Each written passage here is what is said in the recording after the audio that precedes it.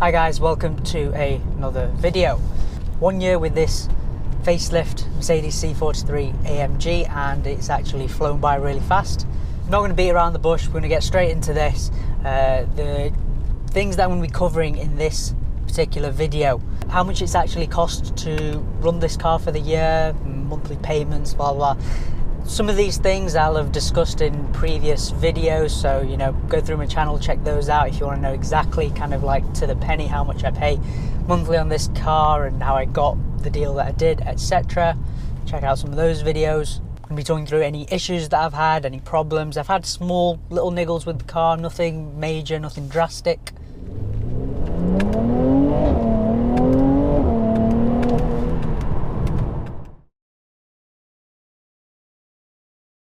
So yeah, 1 year on, still enjoying the car, still not bored of it. It's, I'm still an AMG fanboy. That engine is great. It's a step up from the 4-pot in my previous CLA 45. Now, the bit that most people are interested in, and for good reason, if you are looking to buy C43 AMG or any kind of AMG in particular, kind of what's the monthly year-on-year running costs. It's not something that normal car reviews, go into. They'll tell you how the car is, but they won't tell you how, living with the car is. Now, I'm going to try and make this as, simple as possible, make the numbers and maths easy to work out whilst I'm talking to you guys here now. My first year cost, so monthly payments. It's no secret, I PCP my cars. I pay about £300 a month on this one. So £300 times by 12 months, what's that? That's £3,600, so £3,600 in payments. And what's going on here? Oh bloody hell! Is that an M2 that's just lobbed itself in the? Just in an M235 the other week, and it's damp today, so yeah. Anyway, before I got distracted there, so £3,600 in payments. In terms of servicing, I have a service pack on this car. So I basically pay monthly for my services. I pay off all the payments in kind of 2 years for 3 years worth of servicing. C43 AMG needs a service every year, and it's back to that whole minor service, major service kind of thing. So I pay just shy of £50 a month for that. Let's just say £50 for the sake of numbers. So that for me works out to that's another £600, so 4,200 so far. Insurance for the year, I'm on the young side. At the time of insuring this car I was 23, so it wasn't going to be into the hundreds, it was more into the thousands, so about 2,000, just shy of 2,400. I've already forgotten what I'm up to. You guys do the maths. What else is there? Road tax. Now, obviously, country to country it all varies, and even every few years it just changes. So it's a bit of a mess in terms of how we do road tax in this country.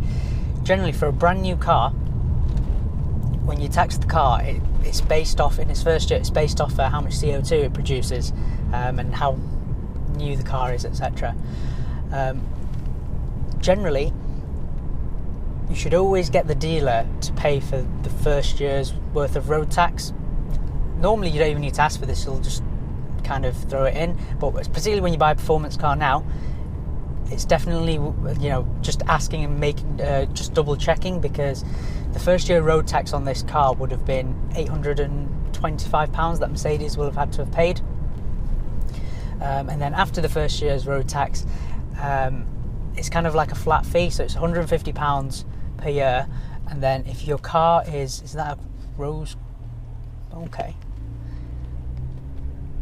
Rose gold chrome Range Rover there. And now a Huracan Performante. It's all kicking off today, isn't it? I keep getting distracted. Right, what was I saying? Yeah, so it's £150 per year, kind of like as a base rate for the second year onwards. But then if the car is worth more than £40,000 list price, the new Bentley Continental, sorry guys, you then have to pay an additional £325 if the car is worth over 40k. Now that's the case whether you buy this C43 AMG or an AMG GT. You know, the second year road tax will be £475. So I've just taxed this car, you know, September onwards. My insurance is due as well, so that's another big hit that I've got to factor in. But yeah, road tax didn't need to worry about. So, you know, first year £800 odd. Just double check that when you buy. You know, when you buy from main deal, they generally always throw that in. You know, even if the car, so I bought my car 6 months old, so obviously it was taxed beforehand. If you then buy a car off someone else, you know, the tax doesn't get carried forward. The car needs retaxing. Now obviously the car's in warranty as well, so you know, anything that would have gone wrong, or anything that could have gone wrong, I should say, not to worry about. And so yeah, apart from fuel, I suppose, which, you know, I don't always drive this car. I don't do massive miles. I probably spend like,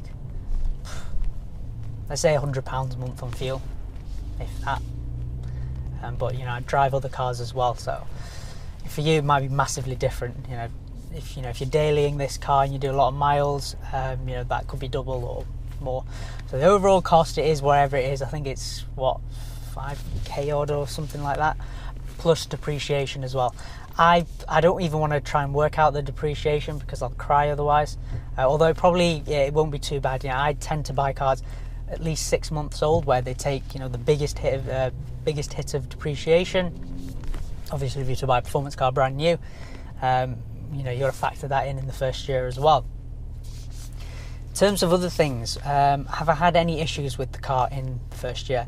I've had a few niggles. You know, when I took the car in for servicing, I had a little issue. I had an issue with the pan roof. That was sorted. If you want to see kind of, I've got a video ranting about something has been quite dramatic over, not a big deal, but you want to check that video out, it's up here. But yeah, the pan roof is basically just rattling a lot. It's a common problem in the C class, plus just any cars with panoramic glass sunroofs. C43, is it a facelift? No, it's a normal one with normal wheels. What's that? Is that a Taycan? I do like the Taycan, you know. I hate electric cars, but that's nice. What else? So that was just a simple case of kind of resealing and relubing the seals. I don't know the technical names for it, but like I said, it's a common problem. That was sorted. I had no other issues whatsoever with the car. And you know, the pan roof, that was a pre-existing issue, so you know, whoever owned this car before me didn't have it sorted. You know, I had no issues with transmissions. No, you know, I've not woken up one day and, you know, the car's not started.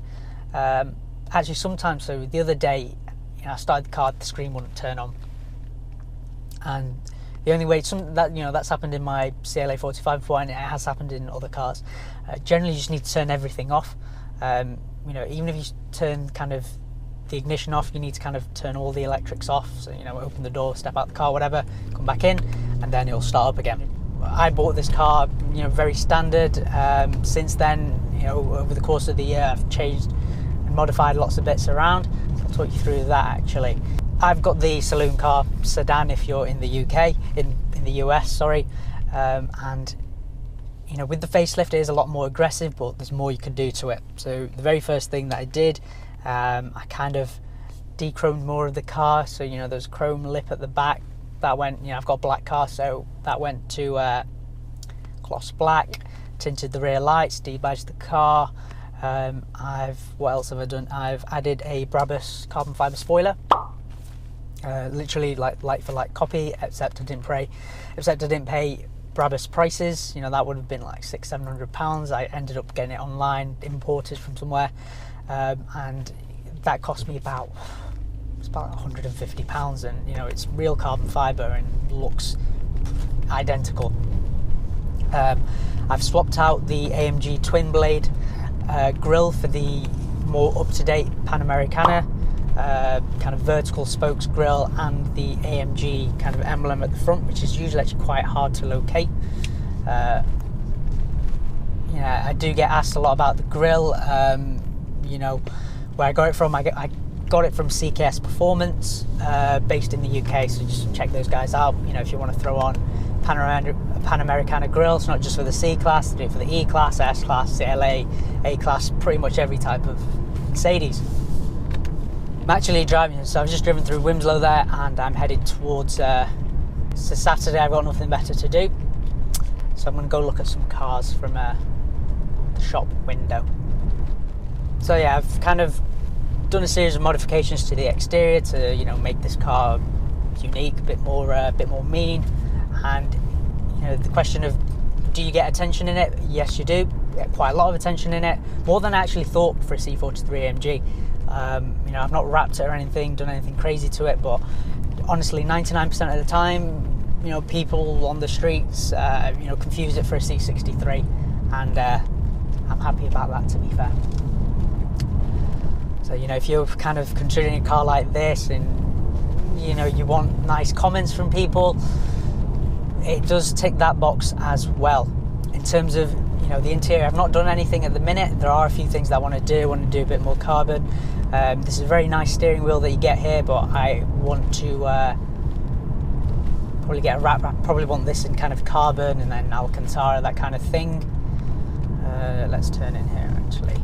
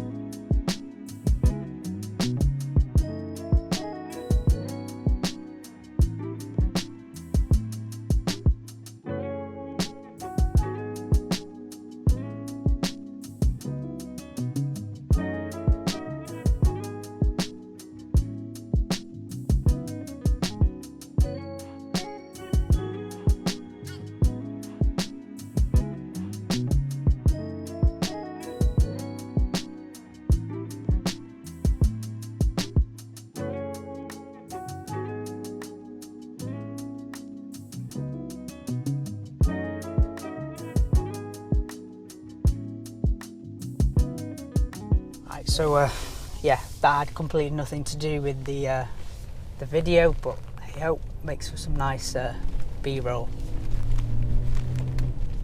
Right, off the top of my head, what else is there to talk about in this 1 year?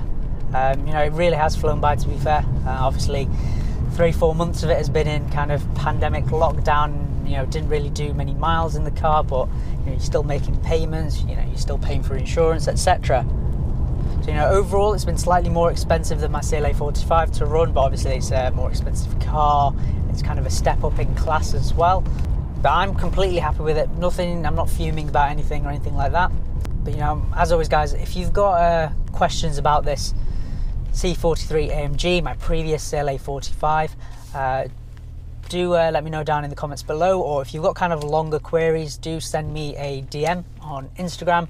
I'll spend a bit more time going through kind of messages there, so if I have ignored you or anything like that, apologies. But yeah, more than happy to help if, you know, you're looking to buy an AMG in the future. You know, and you know, if you've got questions that dealers don't give you the answers to, but someone that's owned, you know, AMG cars for the last 4 years now, more than happy to help, guys. Let me know. As always, guys, thanks for watching. You thought this video was useful, remotely interesting, do give it a big thumbs up, helps the channel out massively, and I'll see you in the next video.